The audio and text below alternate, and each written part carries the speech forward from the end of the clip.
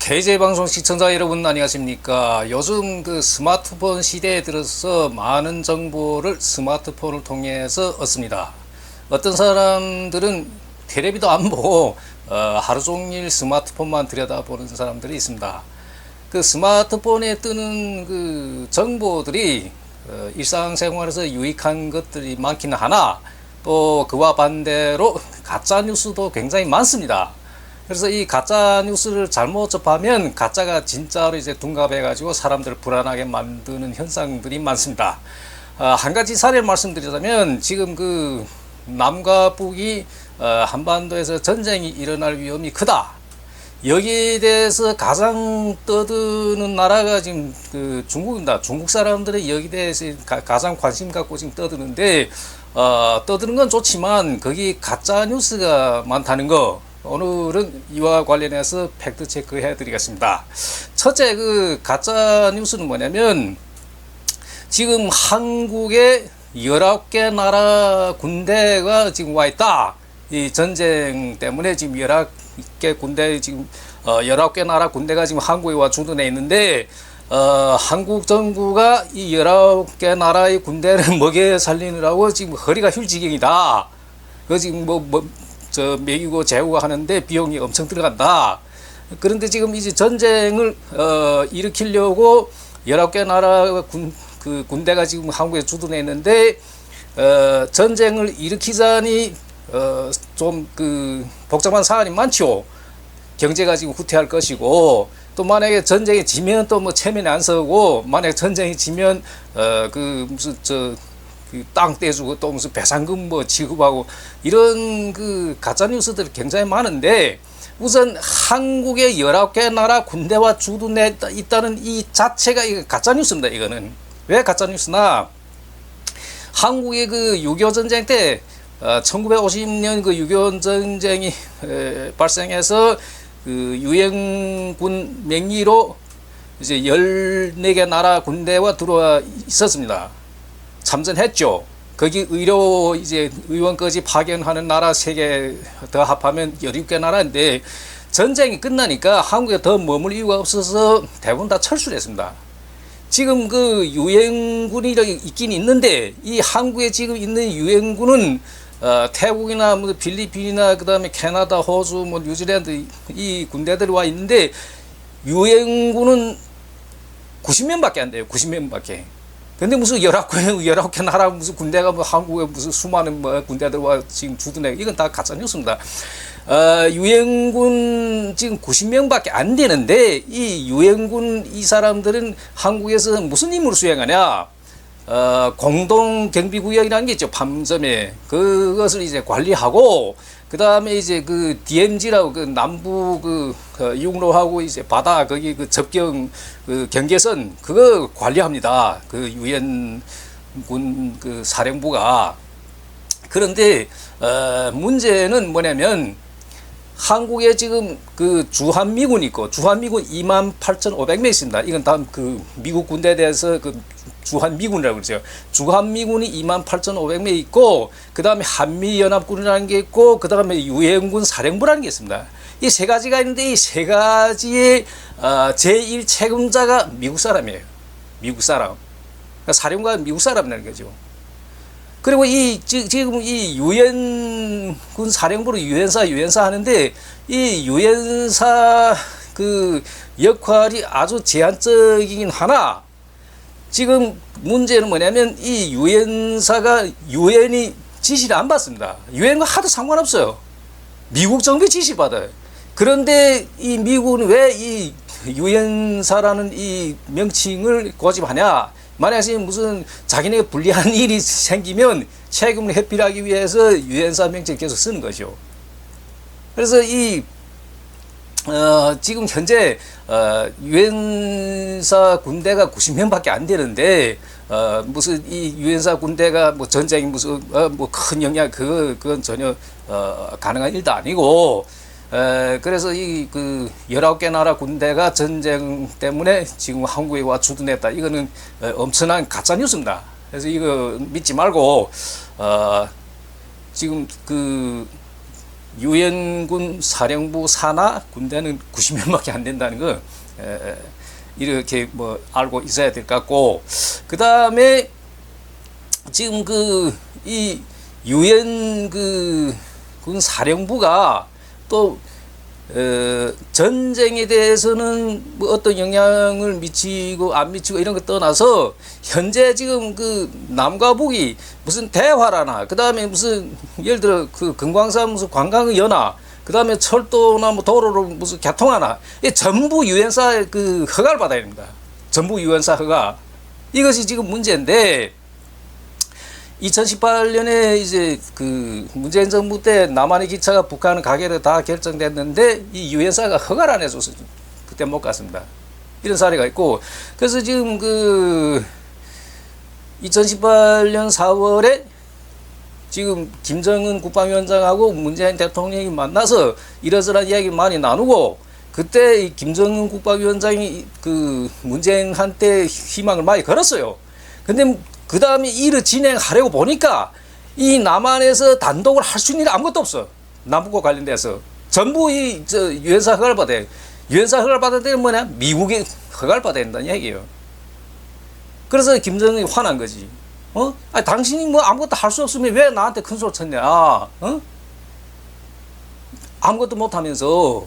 그래서 이제 그 후부터 이 사실을 다 확인하고 김정은 국방위원장이 돌아선 거죠. 아, 니네하고 직접 할 일이 없구나. 이렇게 된 겁니다. 자, 그 다음에 두 번째 가짜뉴스는 뭐냐? 서울 시민들 지금 피난 가고 있다는 거예요. 전쟁 지금 일어날 것 같아가지고, 이건 가짜뉴스입니다. 지금 남부 접경 지역의 사람들 불안해서 용산 대통령실 앞에 와 데모도 하고 뭐 이 사람들 이렇게 하고는 있지만, 그렇다 해서 지금 그 사람들은 막 피난 다니고 이런 상황은 아니고, 더욱이 서울 시민이 피난 간다는 거 이건 말도 안 되는 얘기고, 모두 발 뻗고 편하게 잡니다. 근데 뭐 서울 시민들 피난 간다, 이게 두 번째 가짜 뉴스고, 그 다음에 세 번째 가짜 뉴스는 뭐냐? 지금 주말마다 광화문에서 30-40만 명이 시위가 있습니다. 지금 이렇게 많은 사람들 동원돼서 시위하는데 중국 일부 지금 가짜뉴스 퍼뜨린 사람들은 이거 뭐라는가 하면 반전 시위라고 표현해요. 반전 시위. 이 반전 시위. 그러니까 전쟁을 반대라. 전쟁이 일어날 것을 반대하는 시위를 반전 시위라고 그러죠. 이게 사실이 아닙니다. 이 데모는 윤석열 정부 들어서서 얼마 안 돼서부터 시작된 겁니다. 그럼 그 데모 주요 구호가 뭐냐? 첫째, 검찰 독재 반대. 뭐 대통령도 검찰 출시고, 지금 뭐 여당 대표도 검찰 출시고, 각 부처의 뭐 장차관들이 검찰 출신들 많고, 그래서 이 뭐 검찰 독재 이것은 뭐 다 기정사실이고, 그 다음에 거부권 남발, 김건희가 문제 많죠. 지금 김건희 특검 국회 통과하면 대통령이 거부하고, 그 다음 최상병 특검 뭐 이런 등등이 이제 거부권 남발 이거 말하는 겁니다. 그 다음에 무능부패, 참 이 윤석열 정부 일을 못해요. 이게 사실이에요. 무능하다. 그 다음에 민생 바닥, 뭐 배추 한 포기 뭐 2만 원 시대에 살고 있고, 지금 많이 어렵죠. 물가가 너무 올라가가지고. 그 다음에 이제 전쟁 위기. 그러니까 이게 전쟁이 일어날 위기가 있단 말이지, 전쟁이 곧바로 일어난다 이런 얘기는 아니죠. 그래서 이 전쟁 위기라는 건 이거 왜 나오냐면, 윤석열 정부 들어서서 미국하고 일본에 대한 외교가 일변도 외교, 납작 엎드리고, 그 다음에 중국하고 북한에 대해서는 강경 메시지, 중국하고 강경 메시지는 아니더라도, 예를 들면 무슨 실없이 무슨 대만 문제를 이야기를 한다든가, 그 다음에 뭐 필리핀에 가서 남해 문제를 이야기를 한다든가, 뭐 이런 거는 중국 자꾸 심기를 건드리는 거죠. 그래서 이게 중국하고 문제는, 이렇게 외교를 하면 안 돼요, 사실. 왜 그러냐면, 지금 한국 경제는 중국과 이게 위축되면서 많이 지금 죽어가고 있어요. 지금 백성들이 살기 어려운 것도 중국과 관계 이런 문제도 큽니다.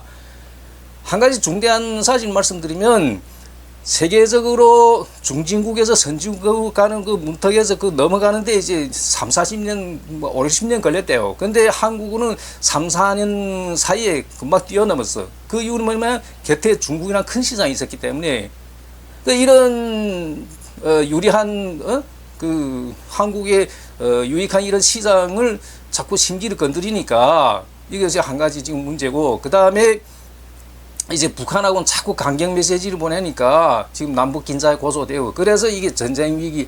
그래서 이 전쟁 위기가 뭐, 자, 검찰 독재, 거부권 남발, 무능부패, 미제다파, 그 다음에 전쟁 위기란 말. 그러니까 이 데모 자체가 이 반전 시위가 아니에요. 반전 시위. 이런 것이 주이지, 이거는 부차적인 문제예요. 전쟁 위기, 이거는 여러 가지 가운데. 그 다음에 무슨 민주주의 파괴, 뭐 독재를 하다 보면 그 민주주의가 파괴될 수밖에 없는. 그래서 이게 그 한국에서는 이 주말 시위가 어제는 중국말로 말하는 지하창변판이 됐어요. 밥 먹다 하는 거예요. 중국에서는 뭐 이런 시위가 나면 큰 난리가 나죠. 근데 한국에는 이게 뭐 일상화가 거의 된 거죠. 또 이 여기에 이 수십만 명이 나와 데모하는 것은 반전 시위가 주목적이 아니다. 윤석열 정권 퇴진 운동이 주목적이지. 그래서 이거는 이 데모를 갖고 반전 시위를 하고 있다. 이것은 가짜 뉴스다. 저는 이렇게 말씀드리는 겁니다. 자, 지금 중국 사람들이 그러면 왜 이렇게 가짜 뉴스를 퍼뜨리면까지 한반도 전쟁에 대해 관심 갖냐?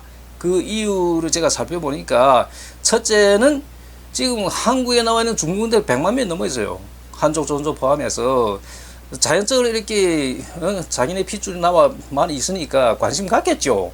그래서 거기 뭐 유튜브라든가 틱톡이라든가 무슨 쇼츠라든가 뭐 이런 걸 통해 가지고 이 가짜 뉴스 접하니까 자꾸 불안한 거죠. 그래서 여기 시집 온 여자들이 이제 중국 놀러 갔어요. 근데 갑자기 뭐 이런 그 가짜 뉴스도 자꾸 도니까, 그럼 한국 가야 되나 말아야 되나. 그 다음에 중국 쪽에서 또 자꾸 이쪽에 뭐 전화 와가지고 전쟁 담고 일어난다는데 왜 들어오지 않고 말이야 그렇게 편안하게 지내냐 뭐 이런 전화도 지금 많이 오고 뭐 이런 상황인데, 관심 갖는 건 좋지만 좀 가짜 뉴스는 될수록 자제했으면 좋겠다.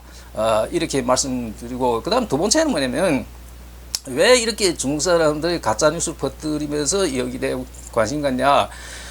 저는 이거 어떻게 뭐냐면, 한국의 이 보수 정권 들어와서, 특히 윤석열 정부 들어와서 이 반중 정서가 더 심각해졌습니다. 반중 정서가.